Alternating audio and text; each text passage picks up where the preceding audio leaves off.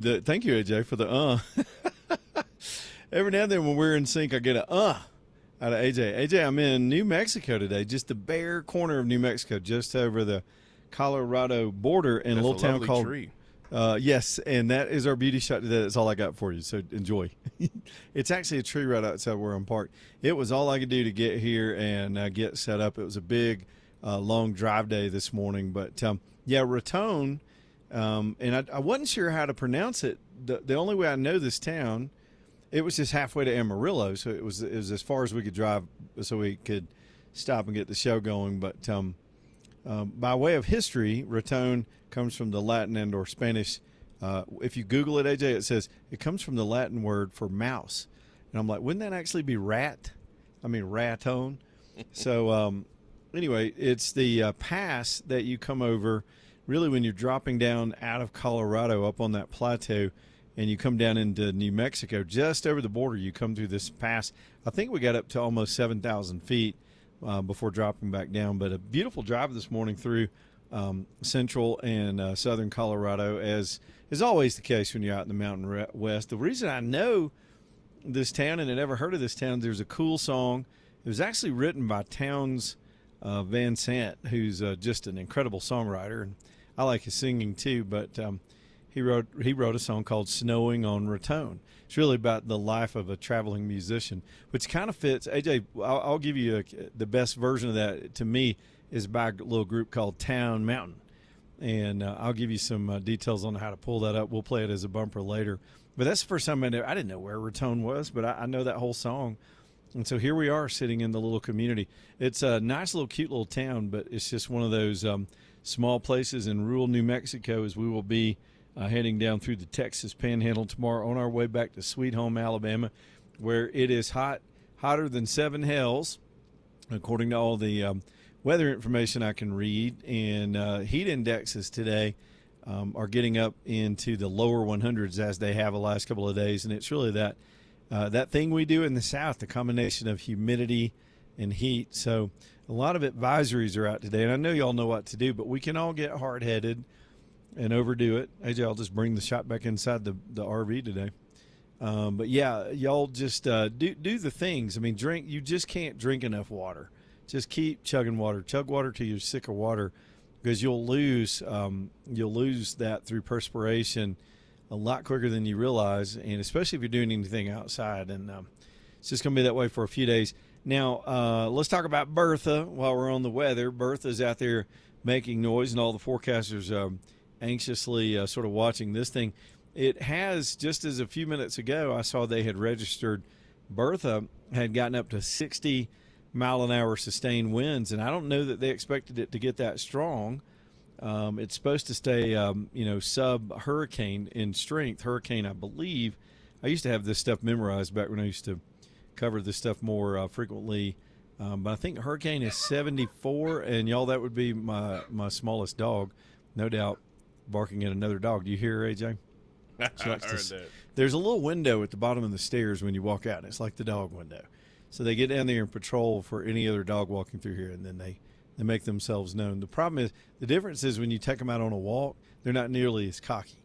When they're on a leash and they're out walking, they'll meet another dog, and it's just sniff, sniff, sniff, sniff, what's up? But when they're in here, it's like they're guarding the castle, and they go nuts. I mean, it's their territory. They're like, hey, look, out there, That's true. This is communal. Everybody, Right. look, you pee there, I pee there. You know what I'm saying? We pee together. Don't you sniff bring- me, I sniff you. But you come over here, it's gonna be Yep. it's gonna be number Gonna be space some- and opportunity. Going to be some consequences and repercussions. Exactly. You cross that's this what- line. You may never know. Dog may pop. I think I I'm will quoting bite. that. I will bite your ankle. Doggy pop. That's from a movie that AJ and I love. But yeah, man. So you may hear them again because my work. They'll do it at 2 a.m. There's absolutely nothing going on. And when I'm at home, if they sound off at home, usually it's going to be a deer running through the woods or some wildlife outside. But I can pull the cameras up real quick and look around, make sure nothing's happening. But here I got to get up and check. AJ, I got to get up and check, go outside in my drawers, not really in my drawers, into generally a gravel parking lot, make sure nobody's screwing around with with my equipment, but they'll just bark at nothing sometimes. But nothing will be worse than the time we brought the cats. You remember this story when we brought the cats? We opted. They're staying with a relative on this trip because it's just too confining this long on the road to have cats in here. But we made it work. We had a place for them to hang out, and they had all their things, and the cats were fine. But one time, about 1:30 in the morning, in the middle of the night, I had left the horn. The RV has two horns. It's got this little wimpy horn, then it's got one of those big truck horns. It sounds like you're about to get hit by an 18-wheeler, and the cat got up on the steering wheel. The cat got up on the steering wheel in the middle of the night, started honking the horn, woke up the entire RV park. I mean, not one honk either, like 18 honks. The cat was like dancing on the horn. So I got up out of bed, naturally thought Jesus was coming, and that was Gabriel's trumpet, and it was all over for me. But so, yeah, we left those little devilish bastards with their aunt. And so here we are doing our show out here on the road. All right, Pete Hegseth is testifying before a Senate committee right now. I'm not sure we're going to dip into too much of this. We're going to keep an eye on it.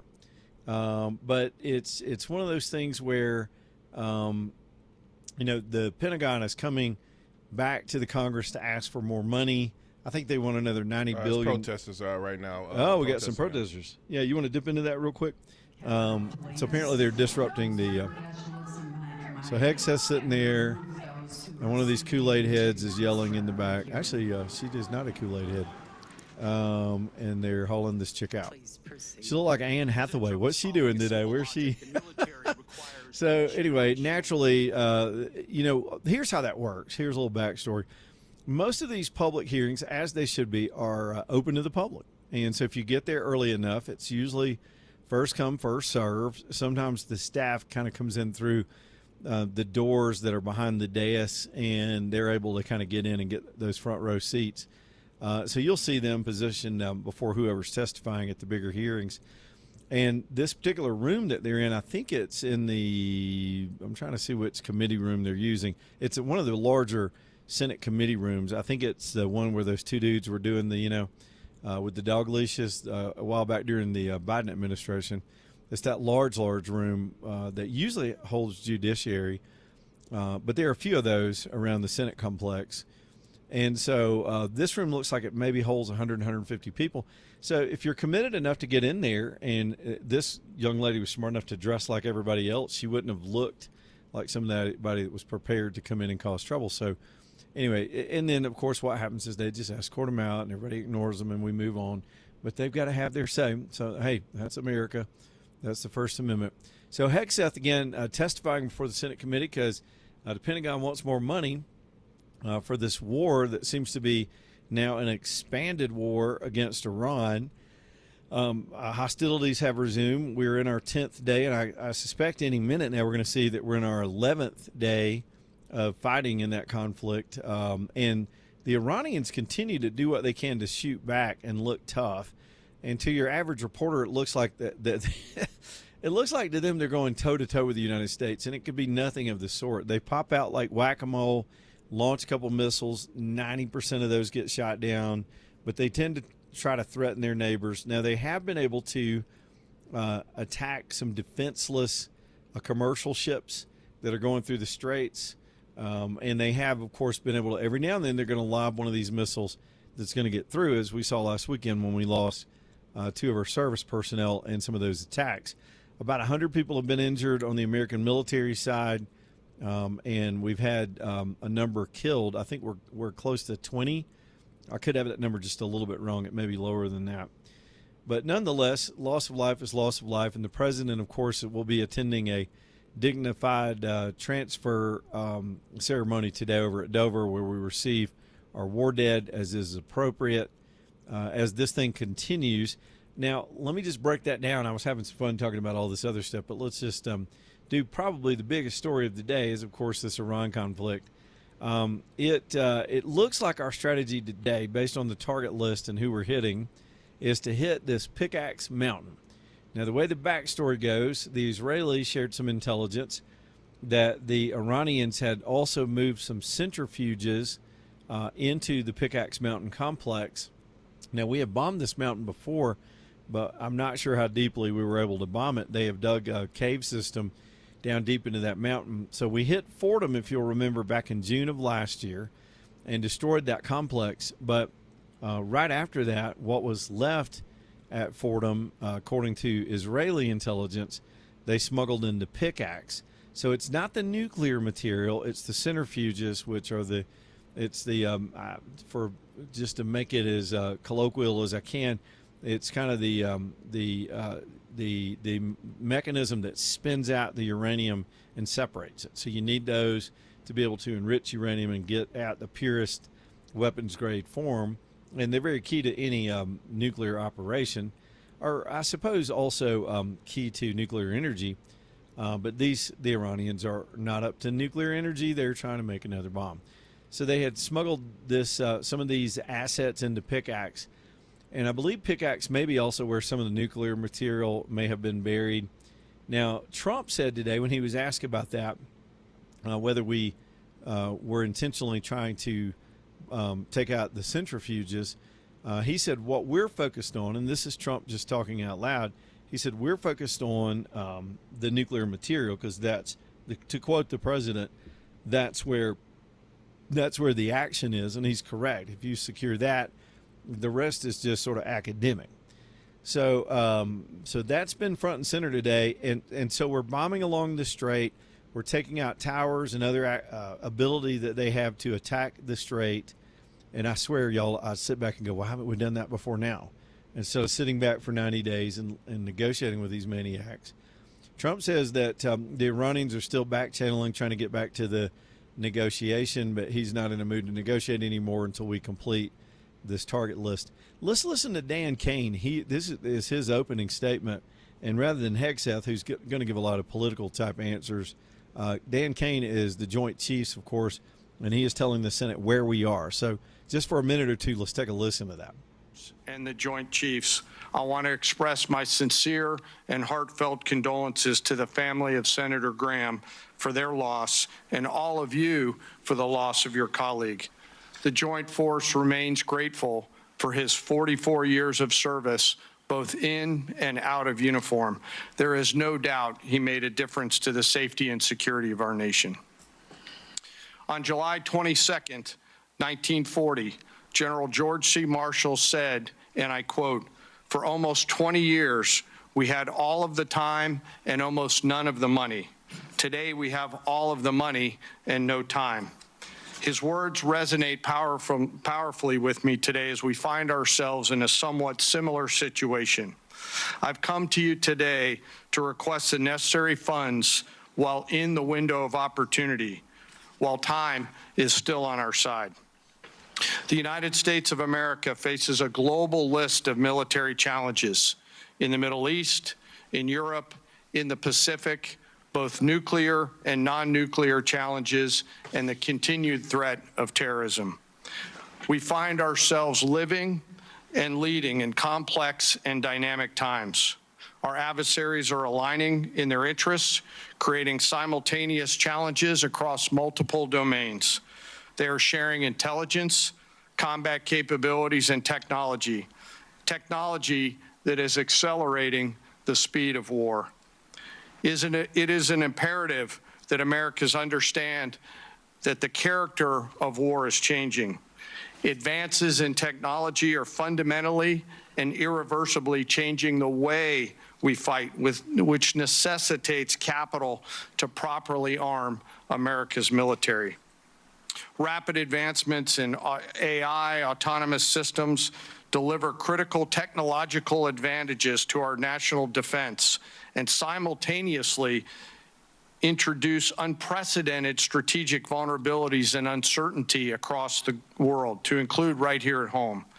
The low barrier to entry created by affordable, ubiquitous, unmanned systems means our adversaries, rogue actors, state and non-state actors, and violent extremists have access to disruptive and potentially lethal technologies at scale.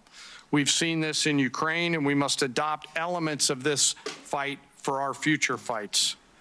Conflict is never confined neatly to the land, sea, or air domains.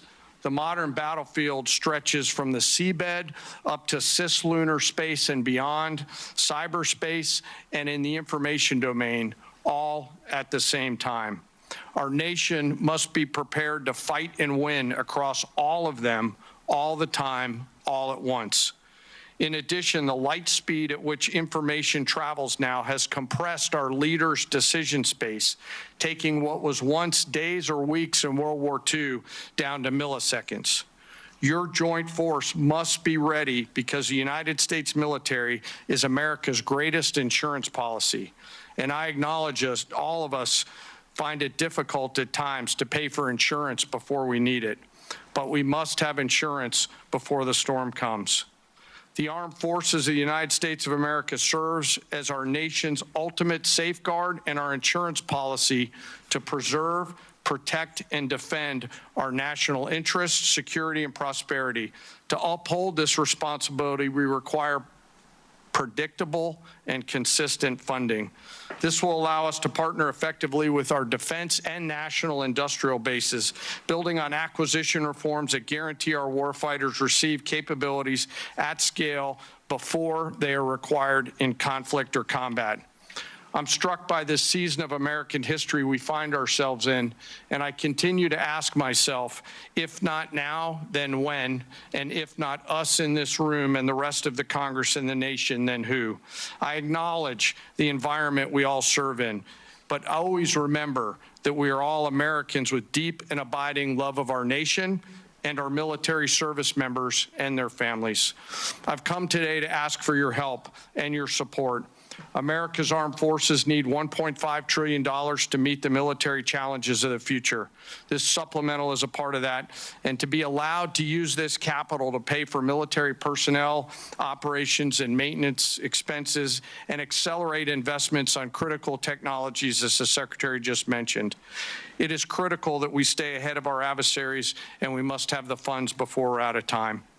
In closing, I ask all of us to remember our deployed service members around the world right now, especially our Army teammates who remain deployed after losing their friends and teammates this past weekend.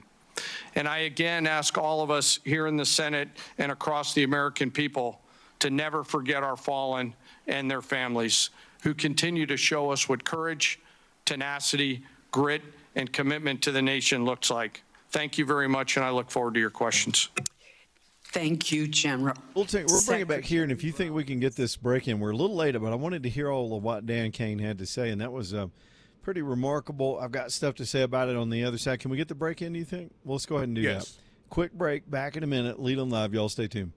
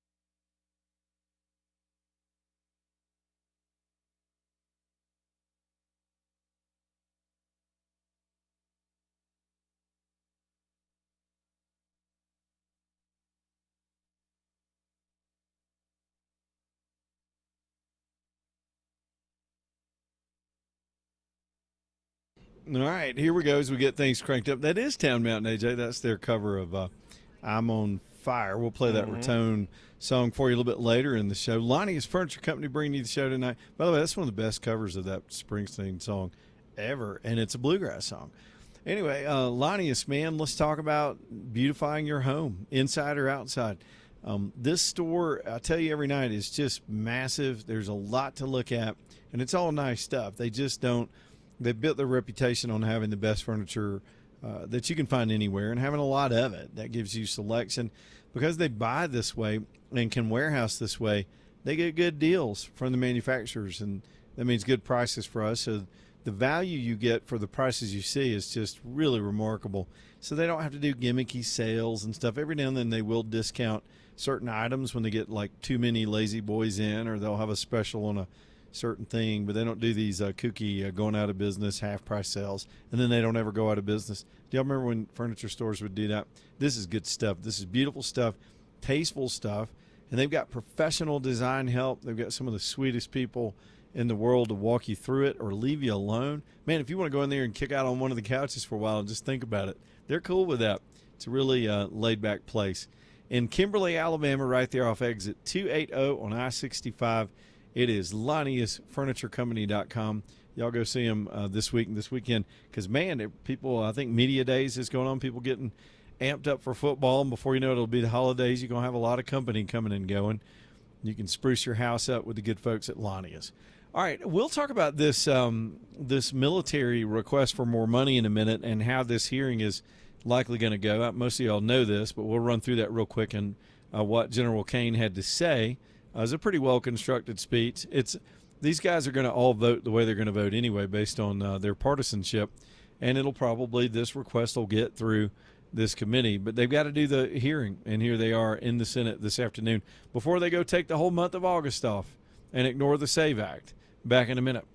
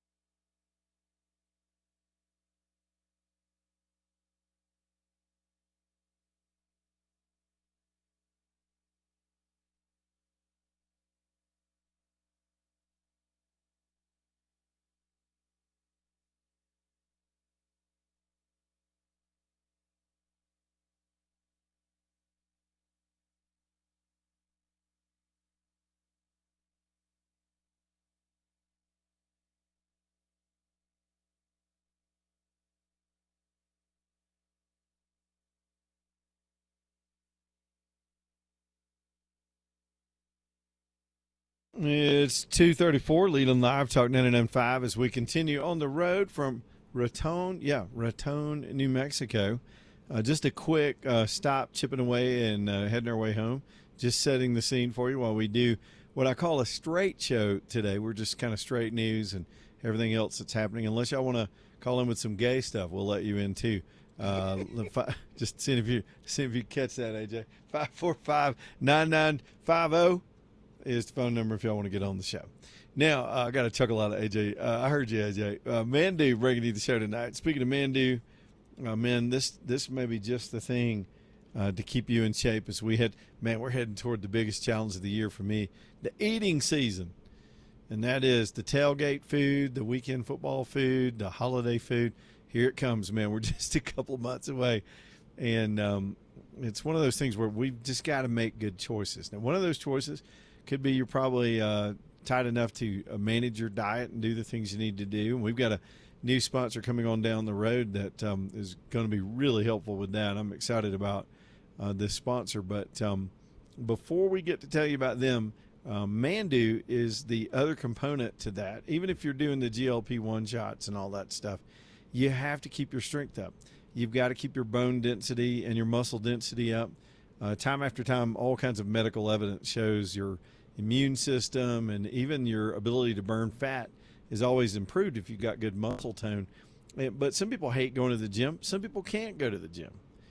It's just not possible. You've lost some mobility or you're aging out of doing stuff like that. This is not the gym. This is really a high-tech studio where you go in and do a 15-minute electronic muscle workout.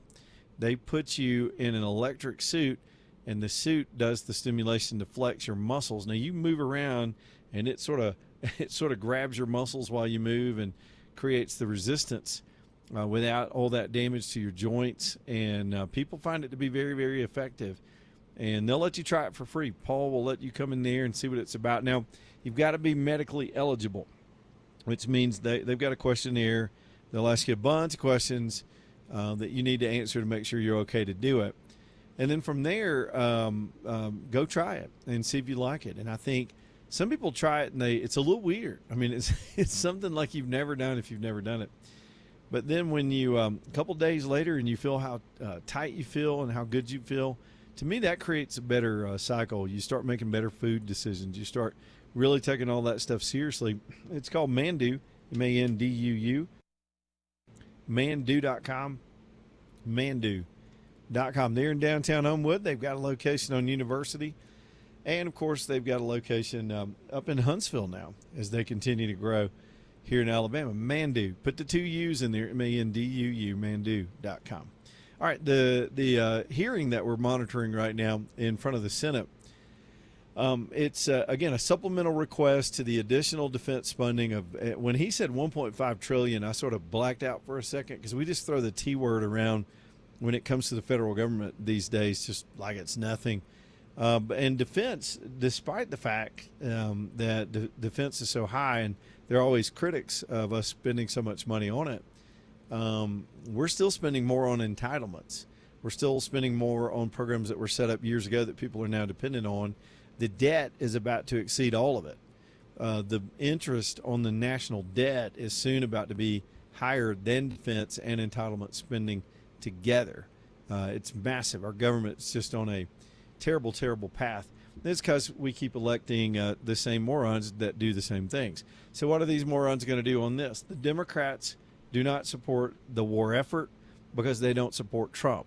There used to be a time when we would set aside our politics and we could at least, especially in military conflict, we could at least, and the Senate is the proper place to oppose the president moving forward with any more war efforts. But it didn't have to be so anti-American. They have chosen, through not only the nut jobs on the far wings of their party, they've become a very anti-American party. And you might say, well, how would you say that, Leland? That's not fair. Well, they're all about illegal money coming in from foreign donors, which they've been laundering with Act Blue. They're about people that are not our citizens voting and deciding the fate of this country. They're four square for that. Now, they're not for deporting them. They're for the chaos of leaving criminals on the streets. they just want to upend the place. And there's some among them that now want to throw out our whole system and go with communism. So they damn sure aren't going to support any efforts to give significant funding to this war effort. Now, the Republicans, on the other hand, it's kind of the other extreme. They're going to support it because the president wants it, and they love their buddies in the defense industry, so they'll rubber stamp it and ask them if they want any more. So the outcome of this hearing is pretty known. And the Republicans have the committee stacked because they do have the majority, so this will eventually go before the full Senate. And here's the other thing. Not only, General Kane talked about supporting the warriors and making sure we've got what we need to do whatever they're called upon to do, and you would think who would be opposed to that? Well, these folks in the Democrat Party the word is around Washington, they're prepared to do another government shutdown. Timu Obama over in the House side, Hakeem Jeffries, apparently is working on a plan right now, just like Schumer just did. No matter how many times this stuff backfires, they think that's the only leverage they got to slow down Trump, even though, that could or could not cost them in the mids, which are coming up faster than we want to know. But so there's all that. Here goes that hearing. Now let's talk about illegals voting in the election. Let me get on this soapbox for a minute. I was listening. I had to listen to the news today. I didn't have a whole lot of time to read because it was a hard drive day to get set up for the show. But so I'm listening to a story, and I've got to dig up the rest of the details. But this New Jersey, their governor just came out and acknowledged that they have found thousands of illegals on their voter rolls, and some of them have voted. And I think the number is somewhere around 6,000. And I'll 100% guarantee you who they voted for. So how did this happen? So Mikey Sherrill, I think that's how she pronounces her name, is coming out saying, oh, well, this is a glitch. They had a glitch, you see, in the motor voter system where people went to sign up to get driver's licenses and state IDs, which in some states like New Jersey automatically register you to vote. They put you right into the system. And then they wind up through the mail sending you an unsolicited ballot. And then what are you going to do? Fill it out? Yeah, you're going to fill it out. And so they're not checking. So she said, oh, a computer glitch allowed these people into the system. Why? We're going to fix that next time. Bull squeeze. Here's the thing. When they started giving driver's licenses to illegals, we flagged this as the reason they're giving driver's licenses to the illegals. They've got to get them some state identification, citizenship or not, that then connects them to the voter rolls. A lot of this stuff even started back in the early days of motor voter, when the Democrats wanted to, instead of you having to take initiative as a citizen that cares about your country and go down to the courthouse or wherever you register and take some initiative that you want to participate, and then actually show up yourself with an ID at the polls the day of the election and show a little gumph and a little love for your country to just do those basic things. The Democrats, no, we got to make it easier. Every time they make it easier, they make it easier to cheat. So the motor voter system was just a way to drive people onto the rolls, whether they wanted to be on there or not. They were automatically putting people on the voter rolls. And in this case, it turns out to be a bunch of illegals. And then from there, they've got the hardest part done. They've got a whole list of people that they can manufacture ballots for, get the Chinese to do ballots for them, whatever they want to do, especially. And then they look back and said, if we do all this at once on Election Day, it's going to be more difficult. So they came up with this idea of, why don't we just vote for a month? They call it early voting. It sounds convenient for all of the people. Why? You can go ahead and vote early if you know how you want to vote. So they do the early voting. Then they've added nowadays, we're going to count for 2 weeks and keep finding votes.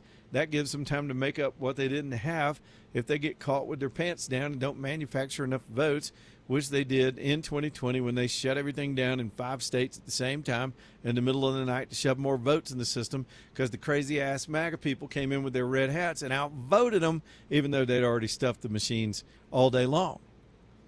The numbers were not going their way, so they shut her down and shoved some more into the middle of the night. We got videos, we got paper trails, we got GPS data. There's so much data about how crooked that damn election was. And so here they go in New Jersey going, oh, are you serious? We had illegals on our rolls? Not New Jersey. Yeah, they just got caught because what's happening is the Trump team is now starting to withhold, and they've threatened to do this, and they've done it in some ways, federal funding if states won't disclose or clean up and remove these things from their voter rolls, which is, by the way, part of the SAVE Act, which is never going to get passed because these D-bags in the House and the Senate are going home for a month. I think this is the last full week before they will not be in session at the same time to be able to get anything passed. And they could call an emergency session or get recalled, but they're not going to do it. They always plan to go home for all these junkets in the month of August. Trust me, I used to work there. The month of August, and I'm not saying they scheduled it out of any kind of dereliction. This is just what they do. And so here comes the August recess, as it is known. And so the SAVE Act pretty much dies this week. You're not going to pass it in September and have it have any effect before we vote 2 months later in November. So here we are watching them go through the same dog and pony show in all the Washington, D.C. theater that is not real. They're not really having a debate. They're not really discussing the merits of the supplemental. They're all going to vote the way they're supposed to vote, and then they're going to go home for a month. Sock puppets, baby. That's what we're dealing with these magnanimous leaders, the elite amongst us that are there to decide these weighty issues. That and anyway, I ran down to a cynical dirt road. Let me back up just a minute, and let me tell you all about Douglas Cooling and Heating. I just appreciate Jay Douglas and them being on the show for all these years. Not only being a great client of the show, and but being a wonderful heating and air company that does what I tell this audience they're going to do day in and day out. They're just good. And I've never had a complaint. In all of these years, I've never had a complaint. I think one time a lady went out, when she went outside to look at the new unit that was installed, she felt like it didn't look level. It was level to the level. You put a level on it and it was level, but she didn't think it was level, so they came out and just did some stuff to make her happy. They're just good like that. And here's what you need to know about them, too. They've been around since the early 70s, and they're just straightforward about repairs versus new installs. They're not going to push a new install unless you need a new install. Their first approach is to fix it, because if they treat you that way, then you'll use them when it's time for a new install, or you'll refer them to somebody else, because that's just being a good business that runs on your reputation. That's how they've been around so long. That's why they've been on our show for so long. So do the tune-ups, do the repairs. If your system's not keeping up in this extreme heat, maybe you'd be surprised what giving it a bath and checking the charts and connections and going through your system could do to make it run better and be more efficient. It also stretches out the life of the unit. And so I'm a big believer in that. And Douglas is my company. Plumbing services as well, if you need them for that. Mini split installations if you've got expanded space. So they do it all. Emergency work. I love their emergency call number 2. Here's how you get them. It's calldouglas.com, C-A-L-L, calldouglas.com. Quick break, live from Raton, New Mexico. Back here in just a minute.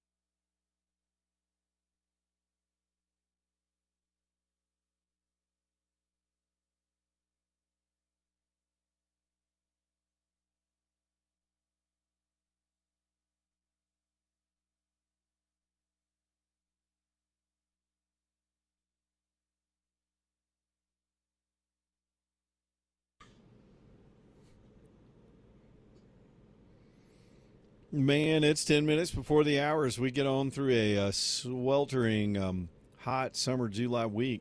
Danny Knowles with the Knowles Group, lifelong friend of mine, great guy, great financial advisor, bringing you the show tonight. It's amazing, despite all the war efforts and everything that's going on, all the hype in the news and this big hearing that we're watching right now, Dow was up tremendously today. I say tremendously, but it made up for some losses yesterday and then some. Up about percentage-wise, almost a full percent. Same thing on the Dow, on the NASDAQ. NASDAQ up 1.3. Listen, the markets are seeing other fundamentals that are being reported in the economy outside of the gas price and outside of everything else that people are still so concerned about because the mechanics are there. Some of that is some of these industrial announcements that were taking place during the trade negotiations just this time last year are starting to come to fruition. These plants are being built. Toyota is bringing back, I think, well over 1,000 jobs, or is it 3,000 jobs? They're bringing them out of Mexico, putting them in Texas. Some of this stuff's starting to happen, and those are core jobs. That's real stuff, despite all the war drums. Here's the thing about Danny Knowles. They do keep up with the day-to-day stuff. Sometimes when I talk to Danny, I'll talk to him about how the markets are doing, and, of course, they do have to watch it day-to-day, but they don't plan that way. They plan for the long term. They're looking at the trends. They're looking at the things, the fundamentals, the things that have happened for decades and putting that trajectory into place so you can't really predict the future, but you can see the trend line. And if you get on that trend line and stay on it and keep your discipline, your money can be there for you. I think most people know that. The key, though, is to have somebody you trust to guide you that way. Even when they tell you stuff you don't want to hear, it's good to have a financial planner that's going to kind of, like a personal trainer, they're going to have to keep you straight and keep you focused. Sometimes keep you calm when the markets go crazy so that your money stays on track and you don't make a panic move. People do that both ways. They get emotional and make a purchase in the market and it's just a dumb buy, and then they lose their money, or they panic and get out when there's terrible days and then they wind up losing opportunity that way. The Knowles Group. Listen to them on the weekends. It's called Understanding Money. It's the show they put together here on the station, and it's a really good show if you're out running around and looking for some good mental exercise to educate yourself while you're doing your Saturday and Sunday things. It's called Understanding Money, and they air it here on our station. It's theknowlesgroup.com, N-O-L-E-S, theknowlesgroup.com. We got a couple other little weird things in the news today. I'm looking for the weird stuff because I'll be honest with you, I'm getting bored with the Iran war. I heard somebody today call it the Groundhog Day war, and it does seem like that. We shoot, they shoot, we negotiate, they shoot, we shoot. And as you can see, even the markets, even the oil markets aren't as reflexive when things start happening, kinetic activity starts happening over there. But we got a couple other weird stories. One of them I wanted to get to was this one. I also heard about this morning. I had to pull it up. They have suspended a prosecutor I believe this is in the state of Missouri. Yeah. She's been stripped of her authority, kicked out of the office after the attorney general accused her of having inappropriate hanky-panky with some of the people that are coming before her office to be prosecuted. Now, you've seen stories like this over and over. People in authority will lord that authority over. You've had judges do this back in the chambers. We've had sheriffs do this, and sheriff deputies and jailers with inmates and all that stuff. But this woman, in her professional photo, looks to have it together. She's a prosecutor, got a big-time job there in Missouri. But apparently she was dealing with a lot of these migrant cases, and when they would come through, she was, I don't know, giving a little extra something to Paco when his case would come up there in the state of Missouri. They said she was using the prosecution list, the indictment list, like her personal dating guide. Her little black book was the court docket. The Attorney General's office said she retaliated against an employee who found out she was playing pound the gavel with one of these things, one of these situations behind the scene, and that she created a culture of fear and intimidation in her office. Now, that sounds familiar. We've had a judge here in Jefferson County be accused of not the sexual stuff, but the fear, bullying, being inappropriate, not following the law. By the way, for the record, this is a white lady, so y'all can calm down. I mean, it's okay because she's white, so it's okay to throw her out. You don't have to pull the race card. It's just about the dignity of the office, as is always the case when these comes up, which is the same situation in Jefferson County. But they've barred her from acting as a prosecutor while the case moves forward. They've got criminal investigations about her. The AG's office told Fox News, that was quoted here, that she is not allowed to take any actions in any official capacity. By the way, she is in a place called Ray County in Missouri. So I guess you could say she effed around and found out, quite literally. That's a weird one. Weird stuff in the news today too. That'll turn into a tabloid case. Fox will get all over this and cover this case time after time after time again. As soon as she starts having court hearings, if they indeed charge her with anything. Now, they've got to vet out whether this is consensual. In some states, depending on the situation, there is no consent. If you're on a court docket, you're about to be prosecuted, and the prosecutor sexually harasses you in some way, if you consider it that. So what a weird case out of Missouri this afternoon as we continue to watch all of these things. Speaking of firing, that's what triggered my response. I keep seeing this story come across. I do not watch a lot of ESPN. I'm not boycotting it. I just don't. I don't have time for it. A lot of y'all do. Have fun, because here comes football season. I find a lot of ESPN very tedious, unless there's a live football game on, then of course I'm going to watch it.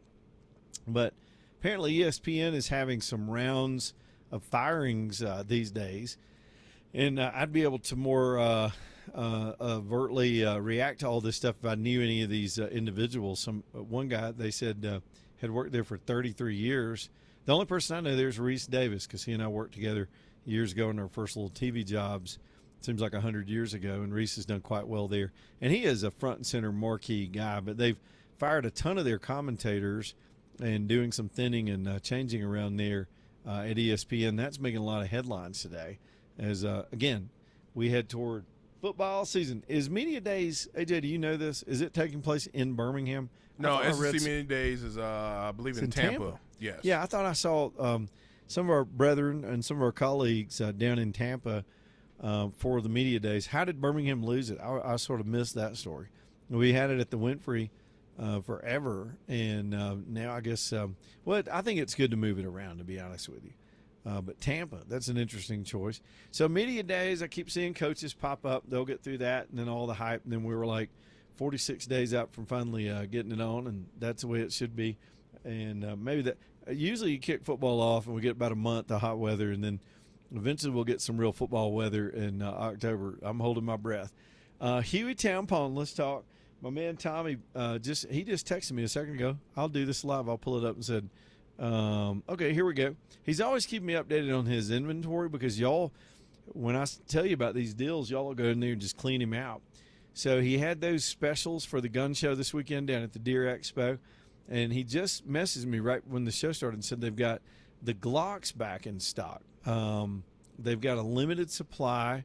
They're $3.99, and y'all know what these are. I'm assuming these are the same. I bought one of these when Hueytown Pond first came on the show, and these are pre-owned law enforcement Glocks. So the way that works is, law enforcement agencies by the thousands and thousands will get these things issued.